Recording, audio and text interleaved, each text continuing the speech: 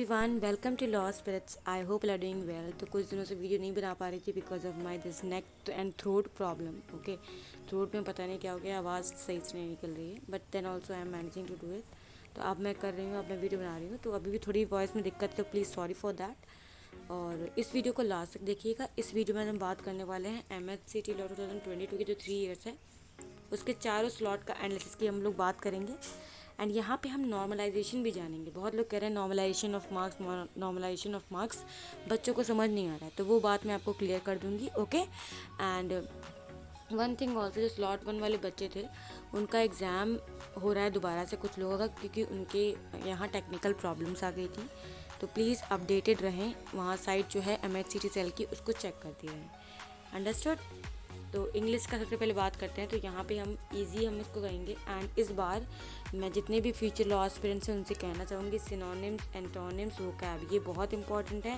And vocab में मेरा personally मानना है कि रूट वर्ड्स को बहुत अच्छे से पढ़िए। रूट वर्ड्स आप पढ़ सकते हैं वर्ड पावर मेड इजी से। वर्ड पावर मेड इजी में आपके रूट वर्ड्स तो हैं, प्लस उसके साथ आपका बड़े बड़े वर्ड्स हैं, बड़े बड़े वर्ड्स भी हैं। तो बड़े बड़े वर्ड्स को मत पढ़िए, अगर नहीं याद और नहीं क्रैम कर पाए नहीं करिए, मगअप मत करिए। ओके, बट जो रूट वर्ड्स है, रूट वर्ड्स मेन चीज़ है, इसको अगर आपने पढ़ लिया तो सब कुछ हो। रूट वर्ड आपको नहीं पता है रूट वर्ड्स क्या होते हैं तो कोई बात नहीं। तो रूट वर्ड्स का मतलब है कि जैसे कि कॉपरेशन लिखा है, ठीक है, कॉपरेशन में जैसे CO यूज़ हो रहा है, इसका मतलब टुगेदर होता है, ठीक है। तो आप कॉपरेशन का मतलब कि साथ में काम करना है, कॉपरेट करना होता है। तो ऐसे देखिए, रूट वर्ड से आप CO से और भी वर्ड्स बनेंगे, ठीक है। तो जितने भी और वर्ड्स बनेंगे तो उनसे थोड़ा मिलते जुलते मतलब मीनिंग मिल जाते हैं, ठीक है। तो मीनिंग आप इजीली निकाल सकते हैं। स्पॉटिंग एरर्स करे थे, सेंटेंसेस RCs 2 से 3 आए थे। और सभी को पता है MHCT लॉ 5 ईयर्स में तो RCs इस बार आए ही नहीं थे, तो इस पेपर को मैं ईजी मानूंगी। ओके, एंड देन लीगल की अगर बात करें तो यहाँ पे मॉडरेट है ये पेपर।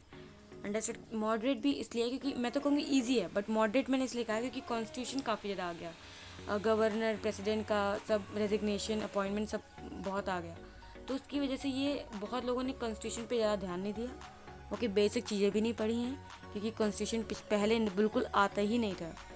अंडरस्टूड। इस बार अचानक से आ गया, तो इसकी वजह से जो भी मार्क खाएगा इस पेपर में वो कॉन्स्टिट्यूशन की वजह से मार्क खाएगा। ओके, जिसका कॉन्स्टिट्यूशन स्ट्रॉन्ग था वो निकल गया इस बार का। Next thing is fact principle based question, after that one liner question, and all covering crime, contract, family law and torts, इन सबको कवर करते हुए क्वेश्चंस पूछे गए थे।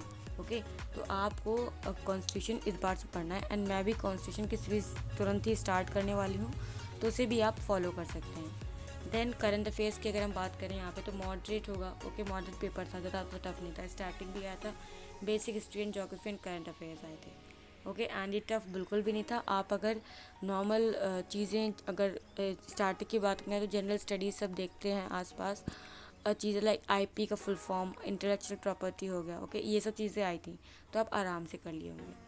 देन लॉजिकल का पेपर की बात करें यहाँ पे तो ये मॉडरेट था। ओके, ना इजी था ना टफ था, एंड ये सारे कॉन्सेप्ट्स कवर थे। एंड अगर आपने मेरे चैनल को पहले से आप फॉलो करते हुए आ रहे हैं तो मैंने एक बनाया हुआ था सिलेक्टेड टॉपिक्स की लिस्ट।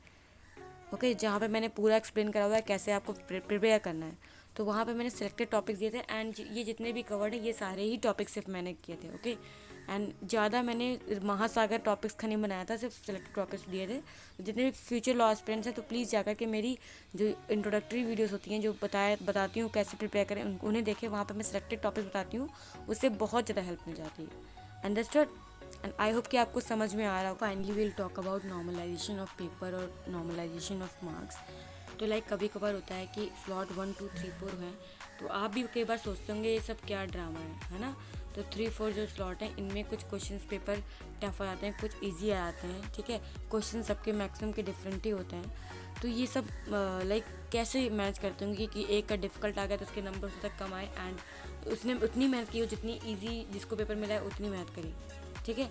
तो यहाँ पे नॉर्मलाइजेशन ऑफ पेपर का कॉन्सेप्ट होता है कि डिफ़िकल्ट जो पेपर आता है उसको इजी वाले पेपर के बराबर कर देते हैं, तो आपके मार्क्स में कोई भी घपला नहीं होता है, कुछ भी नहीं होता है। ओके, तो उसकी टेंशन मत करिए, नॉर्मलाइजेशन होता है। एंड वन थिंग ऑल्सो कि जो ये अपना MHCT लॉ 3 ईयर्स का पेपर है, इसमें नॉर्मलाइजेशन होने की बहुत कम प्रोबेबिलिटीज़ हैं, बिकॉज 1 2 3 4 ये चारों स्लॉट के पेपर्स जो हैं वो मतलब कि इजी, मतलब एक ही लेवल है, सारे पेपर्स का एक ही लेवल है। ओके, मतलब ना कोई टफ है ना इजी है ना कोई मॉडरेट है, ऐसे मतलब एक ही लेवल है। पूरी पेपर को मैं एक्चुअली मॉडरेट ही कहूँगी, एंड सारे पेपर्स का लेवल जो था वो मॉडरेट था, टफ था ना इजी था।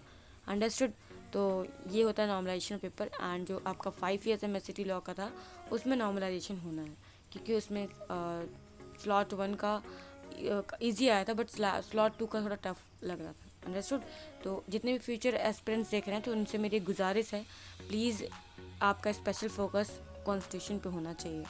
अंडरस्टूड। आर्टिकल्स भी लाइक आर्टिकल 19 भी इस बार आ गया था। आई होप कि आपको सारी बातें समझ में आऊँगी, एंड अब पेपर के बाद क्या करना है वो भी सोचने की बात है।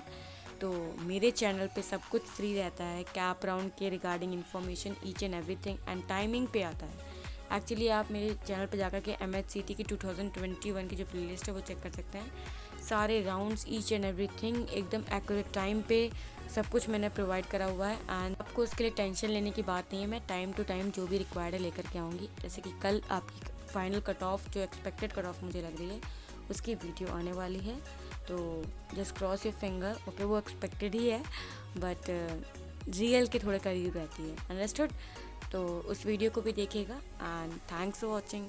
If you really like this video then please like and share this video and subscribe to my channel and share this video with all the law aspirants. जितने भी आपके फ्रेंड्स हैं उनके साथ भी शेयर करें। एंड अब तो आपका वो बहाना भी नहीं है कि मैम कंपटीशन बढ़ जाएगा अगर मैं फ्रेंड को सेंड कर दूँगी तो ये वो। ठीक है, अब कुछ भी नहीं है, कोई कंपटीशन नहीं, बिकॉज अब तो एग्ज़ाम हो चुका है। Okay, and please cooperate with me. Okay, so thank you, bye bye.